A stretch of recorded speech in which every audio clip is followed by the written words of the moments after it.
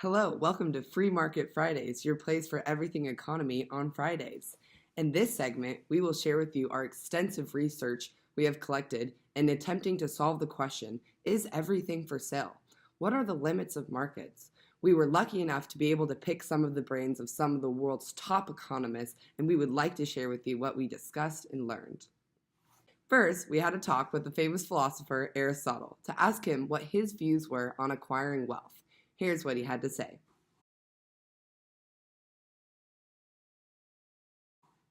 Thank you for joining us, Aristotle. The pleasure is all mine. As markets continuously expand over time, it is only logical to see new and inventive ways to acquire wealth in society.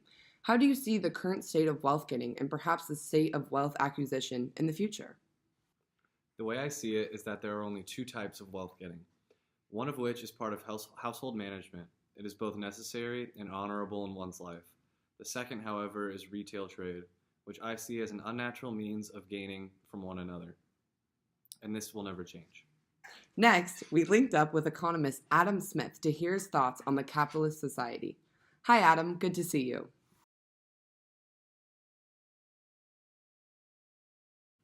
Thanks for having me. So, Adam, based on your research and experience, what are your opinions of capitalism? There are so many benefits of having a capitalistic society.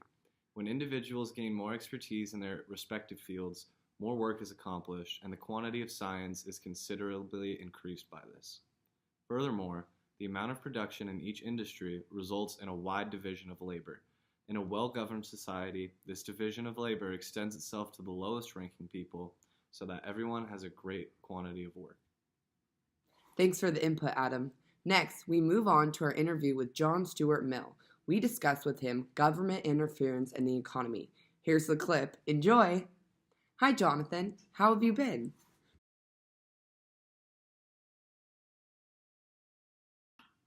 Good to be here. How do you feel about the government having a hand in the markets?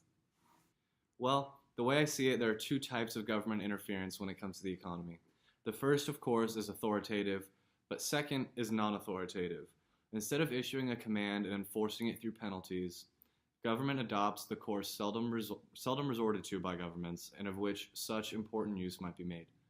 That of giving advice and promulgating information, leaving individuals free to use their own means of pursuit for any object of interest.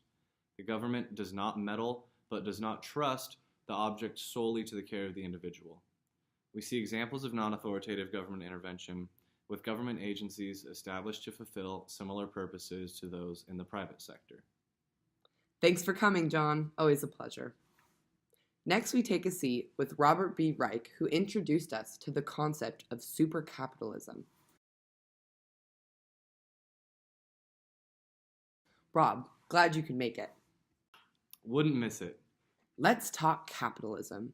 Has it gone too far? Will it in the future? What are the bounds? What's the future looking like continuing on this path? Well, Rose, let me discuss with you the extremes associated with capitalism.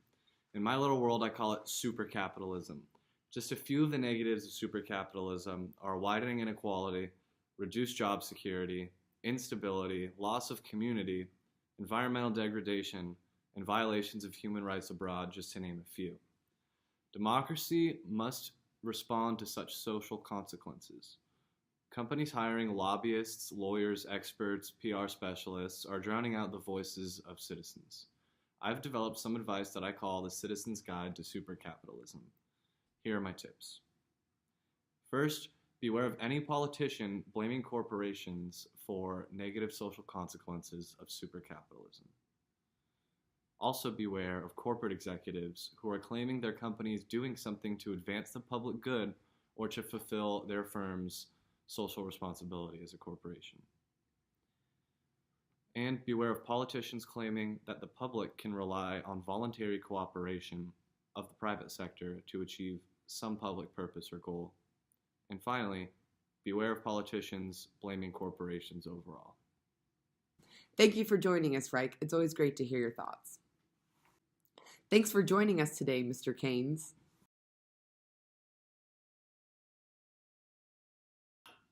Good to be here. What do you think is one of the biggest problems in our economy today? I believe we are suffering from a bad attack of economic pessimism. Or in other words, we are suffering from the growing pains of over-rapid changes and from the painfulness of readjustment between one economic period and another. And what do you expect the level of our economic life to be 100 years from now?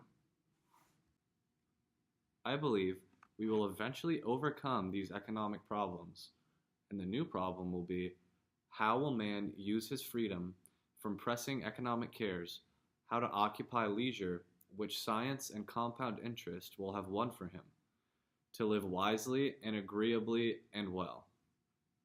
Once we don't have to work full-time to support ourselves, what will we find to do with our time? Interesting thought to think about. Thank you for your thoughts, Mr. Keynes. Up next, we have Thorsten Veblen, who wrote The Theory of the Leisure Class in 1899. Hello, Mr. Veblen. Could you tell us a little more about your theory that the motive that lies at the root of ownership is emulation? Why, of course, Rose.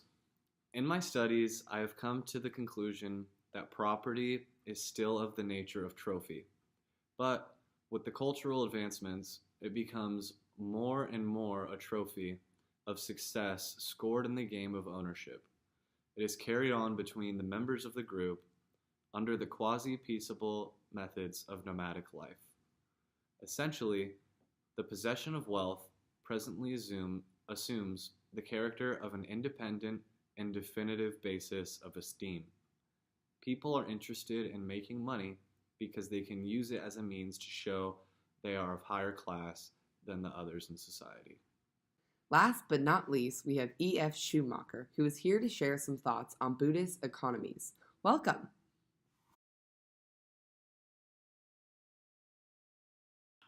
Great to be here. In your opinion, how is Buddhist economics different than modern economics?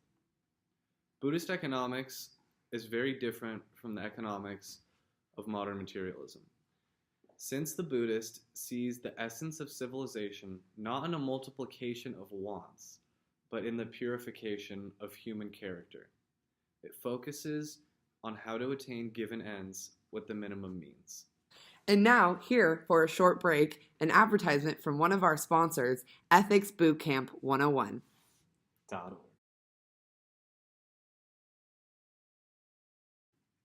Here today to talk to you about Ethics Bootcamp. Do you have that stubborn employee in the office who's constantly behaving unethically?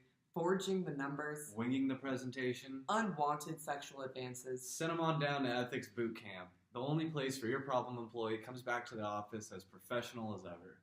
Here at Ethics Bootcamp, we train your employees to see the consequences of their actions and who may be affected when they choose to make unethical decisions. Starting December 15th, we are offering week-long sessions at only $999. A true deal for your company, one that could set you apart from your competitors and potentially keep you out of the court in the future. To learn more, visit www.ethicsbootcamp101.org. Well, there you have it. Opinions from all of our top 5 leading economists in the field about what the future of capitalism is looking like. Hope you enjoyed the podcast today. And remember, on Fridays, feel free to join into Free Market Fridays.